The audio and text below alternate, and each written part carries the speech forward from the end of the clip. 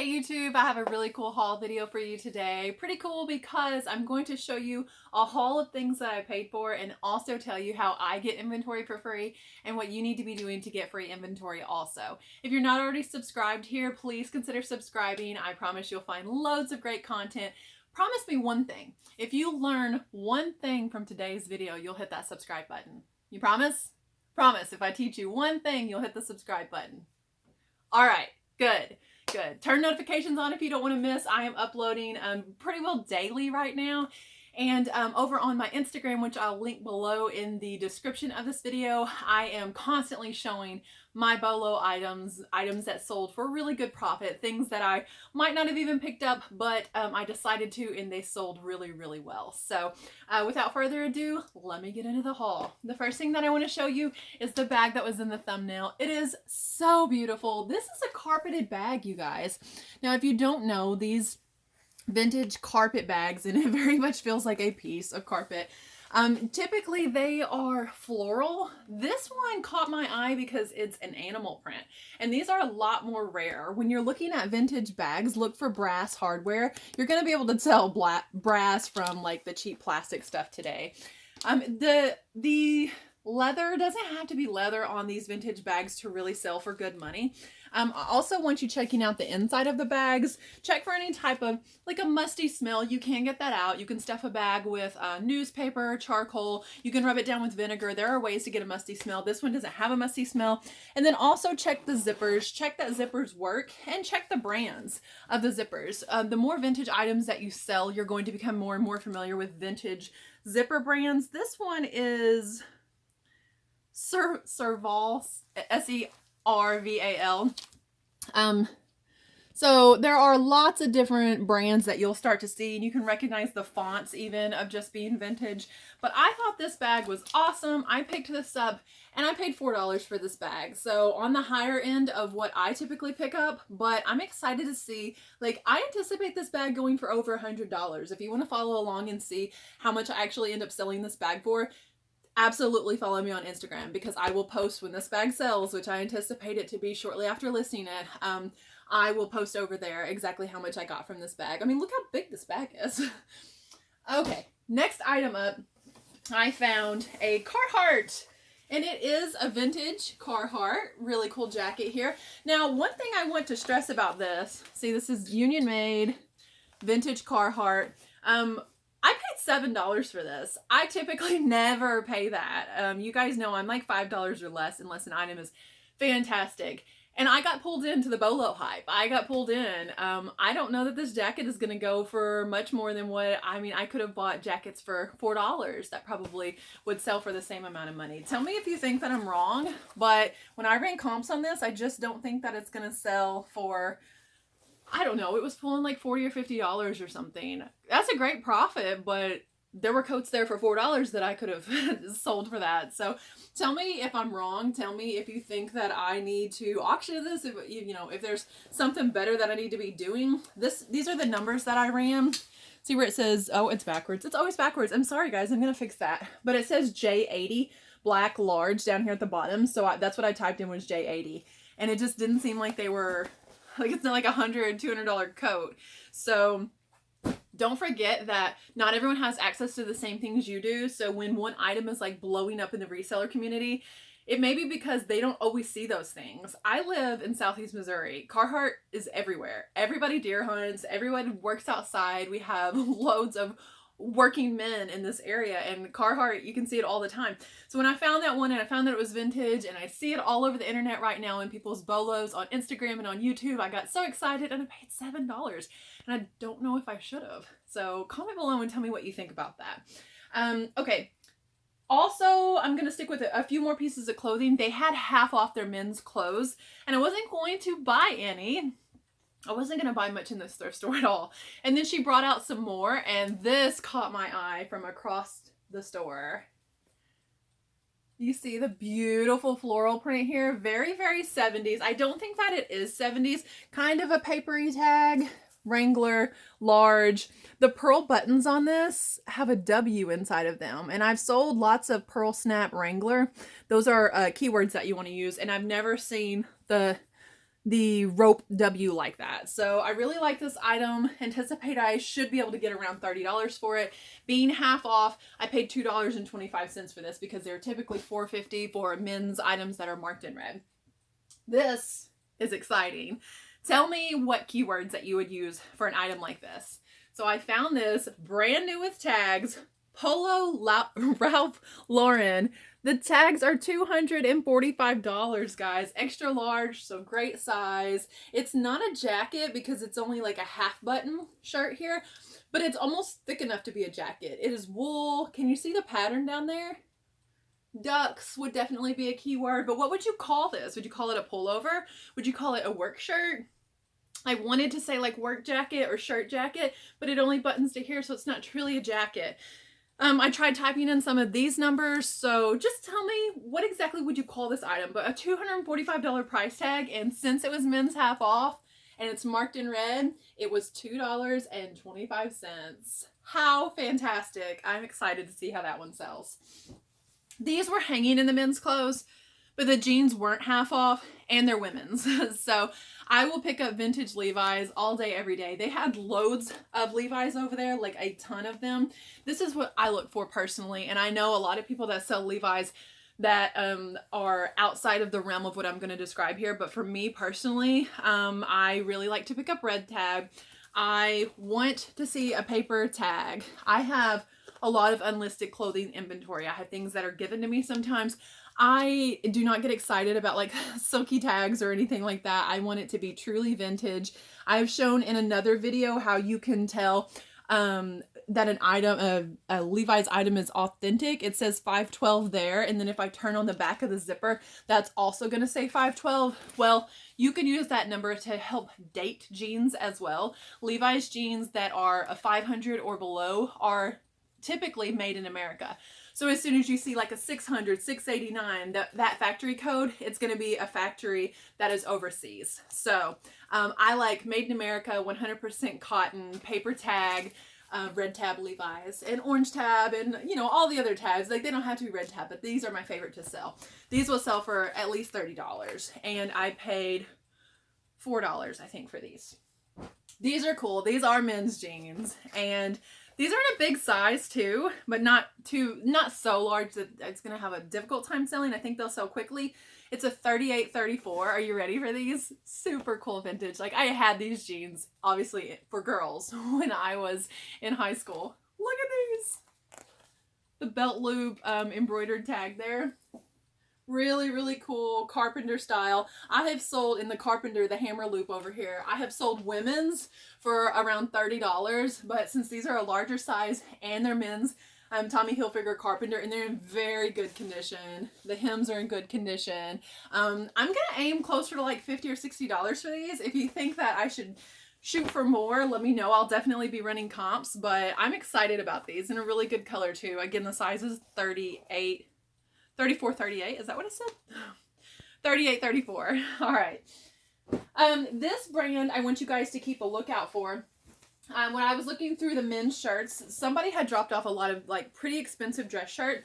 There were a lot of Brooks Brothers that I left behind. Like I say, I just have a lot of clothing right now. So unless something's super special or gets me excited, I'm not picking it up clothing wise right now. I know it might not make sense looking back at my previous hauls, but I promise you I'm not picking it up unless it's exciting. But this caught my eye. Paul Smith London caught my eye. The tag caught my eye. It smells good. It smells like someone washed it in Tyler or something. And it says made in Italy, if you can see that. So it prompted me to at least look it up. If you look up Paul Smith men's dress shirts on eBay, the prices are kind of all over the place. But I think I'll lot these two together because they're the same size. So they're a 1641. I'm going to lot these together and hope to get at least $60. These were typically $2. So with my half off, these were $1 a piece. So I can't go wrong there. $2, I hope to sell for at least $60. You know, $30 a piece was on the lower end for these. And I just, like, if I lot them together, that's having to list it one time. And that's, you know, it would be the equivalent of selling both listings at one time to get them out the door. So these will be lotted up together. This item, I toiled with whether or not to pick it up. It was not marked, so that means I'm only paying $1 for this. It's more Polo. Now, when you're picking up Polo, there are a lot of different labels for Ralph Lauren, but just make sure it's not U.S. Polo Association, that U.S. Polo ASSN. That's not going to sell. That is a much cheaper brand. And I heard someone recently refer to that as Polo.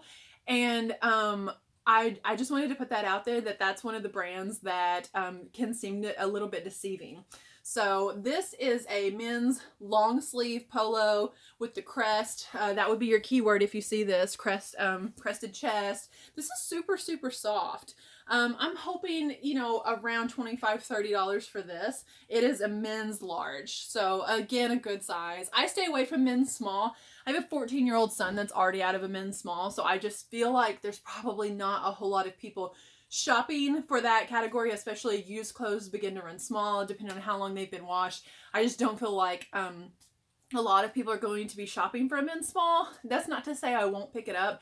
I'm just gravitating more towards at least a medium, but the larges and extra larges I think sell really, really well. So I'm about to get into the hard goods, but I just wanted to share a random fact with you first before we get into the hard goods that I bought. Did you know that in the English alphabet, there are only 4 letters that your lips touch when you say them? Only 4. Did I just blow your mind? Wait. You promised that if I taught you something in this video, you would subscribe. Yes! Subscribe to the channel before I go into the hard goods. Alright, not trying to trick you guys, but it is a cool random fact. Since you're my coworkers, I wanted to share it with you today, and you can share it with other people. So comment below what 4 letters those are. Go ahead and say the whole alphabet. You might have just paused the video and did it, but there are only 4 letters where your lips touch. Let's get to the hard goods. I remember a time when I was super, super nervous about shipping breakable items, and I feel like I was almost forced into shipping breakable items over the past like 3 months, really. I started shipping dishes. I don't know why. I found a good deal on a box of Christmas dishes for $5. I sold those for over $200, and I shipped them a couple plates at a time, mugs at a time, and then my friend and I went to an auction, and I bought Fiesta ware, and I started shipping that. And guys, I mailed a crystal lamp, an antique crystal lamp last week. I'm not afraid of shipping breakable things anymore, so I bought some breakable things. The first item I want to show you, I literally bought it just because it is adorable. This was $1.50. I'm so proud of the thrift store for not writing this on. Really? For not writing this on here, and there it is. This is a part of a set. If you don't know, a little drop of essential oil, rub on that and it will come right off. Or on a painted surface like this or a glazed surface, you could even use a magic eraser, but it's just annoying. Anyway, this was a part of a set. This is a Sears Roebuck item, and so it could be that someone is missing this one, or this one broke for them and they might need this one item, or you know, it's adorable on its own. It doesn't really have to be in a set. So don't be afraid to pick up those items that are clearly a part of a set, but you're not going to get them all together. I'll still get close to $20 out of this shipped, I'm sure. So this is just adorable. I think it'll do well on Poshmark, where everyone has kind of a vintage aesthetic. Mushroom stuff does really well over there. Butterflies and owls and things like that in the vintage realm do really, really well on Poshmark. So again, Sears Roebuck and Company. This says 19S2. I don't think that's a 5. Made in Japan. So I would say this is from the 70s. Do you agree? I really like that. I also, now here are some breakable items I have never picked up. Glasses. I saw these sitting there, and we had some cups like this when I was a kid, and not too long ago you could get cups like these at the Dollar Tree, and that's what I thought that they were at first until I saw these beside them. And at first these were the only ones that I put in my cart. You can't read that really, but it says McDonald's, and that's Speedy, the little McDonald's guy there. You see him? And they wanted $1 a piece for these. And there were, let me show you the ones that are clearly marked McDonald's. There is this blue one that has just the McDonald's logo. There's the purple one with Speedy. There's this one that says 15 cents McDonald's famous hamburgers. Buy them by the bag. That's what that one says. And it's like, it's a green color. And then this one. just has the McDonald's logo, and down at the bottom says 1992. So I bought these 4, and then I'm looking up comps on these, and while I'm trying to look up comps for these other Coke glasses keep popping up. The ones that I thought were just like random Dollar Tree glasses, they're not, you guys. The clear ones were available at Dollar Tree, and I'm not sure, maybe this is how you tell the difference. In the bottom here, it has a more detailed lip. These clear ones, these blue, purple, and green ones here. Can you see these? Guys, people had sets of these lotted up for like $60. And these were $1 a piece. So let's see. I got 2 clear ones, 3 colored. And then I got the 4 that are McDonald's. So 9 glasses altogether, $9.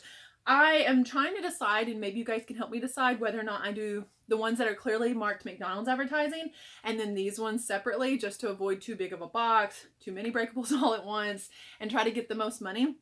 Or should I lot everything up together?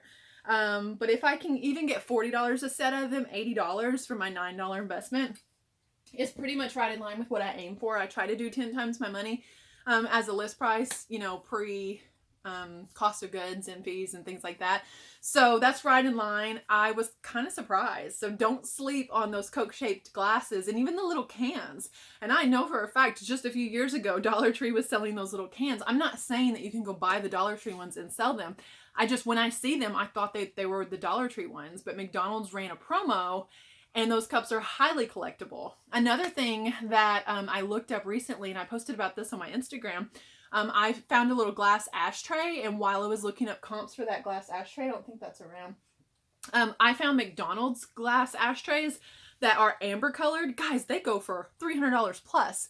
If you ever see a McDonald's ashtray, pick it up, especially the amber colored ones. The clear ones were going for under $100, but the amber colored ones, oh my gosh, the prices were crazy high. Get on your eBay app and see what I mean. I bought this cool bike pump. I bought this for a couple reasons. At first I saw it and my son keeps asking me, do we have a bike pump? And so I was looking at it then, but this was $2. Somewhere on it, it said $2. Can you see the leather style detail? It's like a crocodile style stamped. This is just plastic. It's not actually wrapped in leather, but I just thought, oh, there it is where it says $2. Of course they wrote on it. I mean, there's tape right here, but why would you do that whenever you could put it on a piece of metal, or it's going to be really difficult to get off? Thank you, thrift store.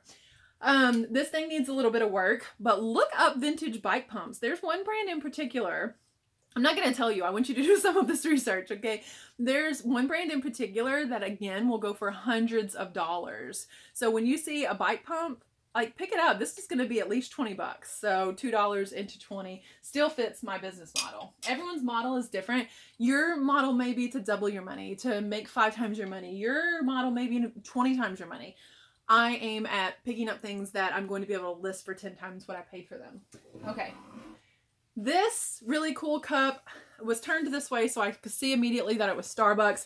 And when I looked up the pattern, because I typed in floral, you probably could use Google Images or something to look this up, but I typed in floral and looked it up, and this was actually a Valentine's Day pattern from 2018. So this will be $20 to $30. I don't have the straw, so it's probably going to be closer to $20, but I paid $1. There it is, written on the cup.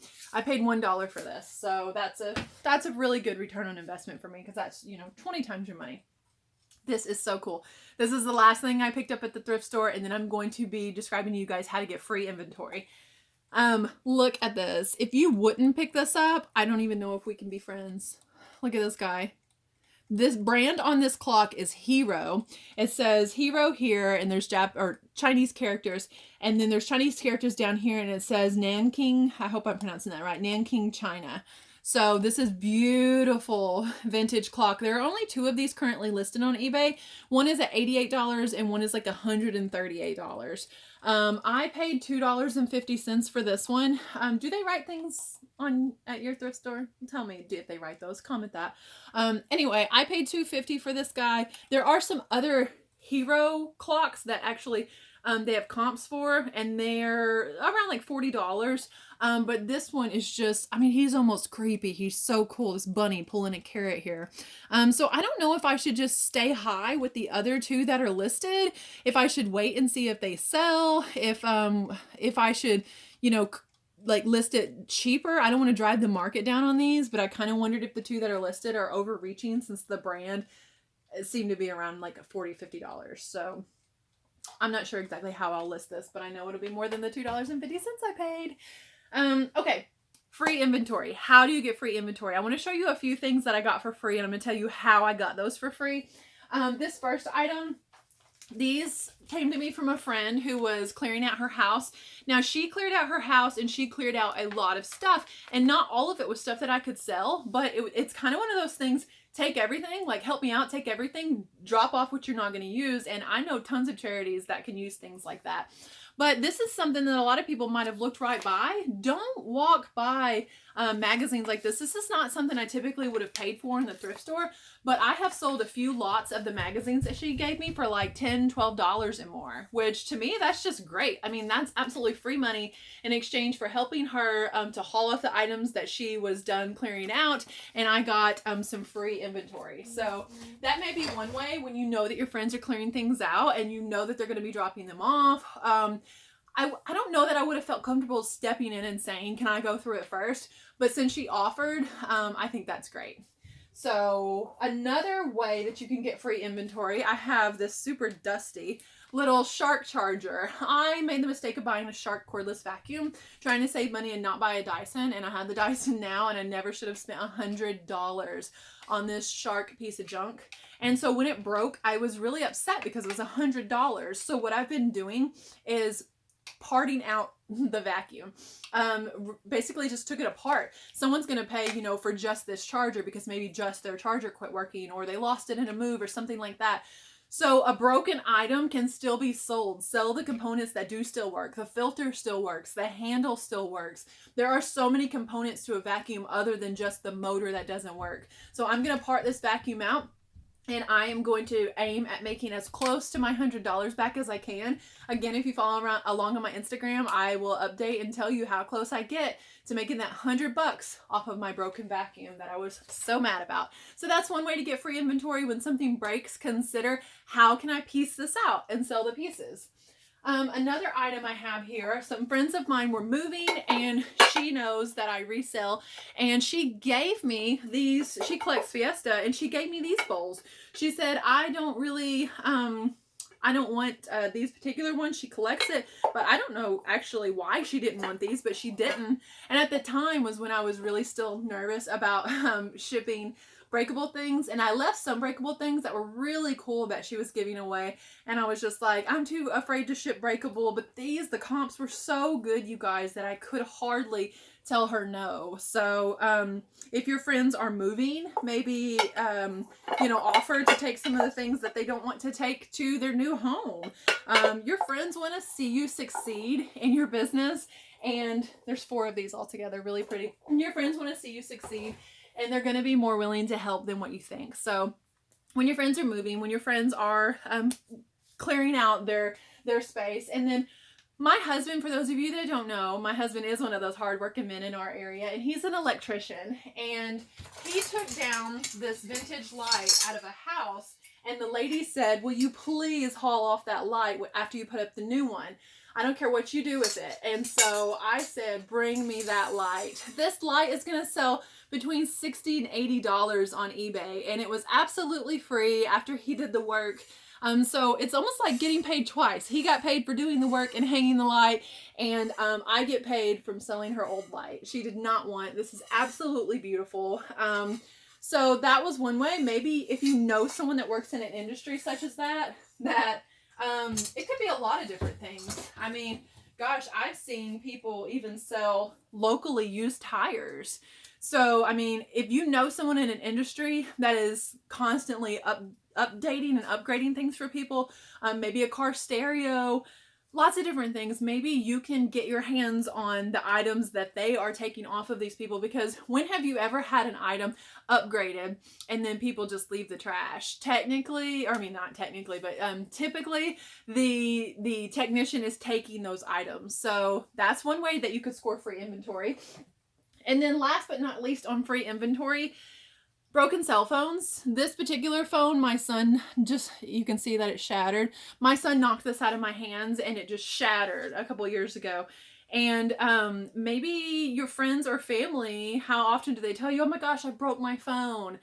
Well, sometimes in order to get the insurance, because everyone's phones are apparently insured now, mine is not, that's why I say that, but sometimes to get the insurance, you do have to turn in the broken phone, or they might even want to repair it. But if not, I'm willing to bet that you know someone that has a drawer of broken phones.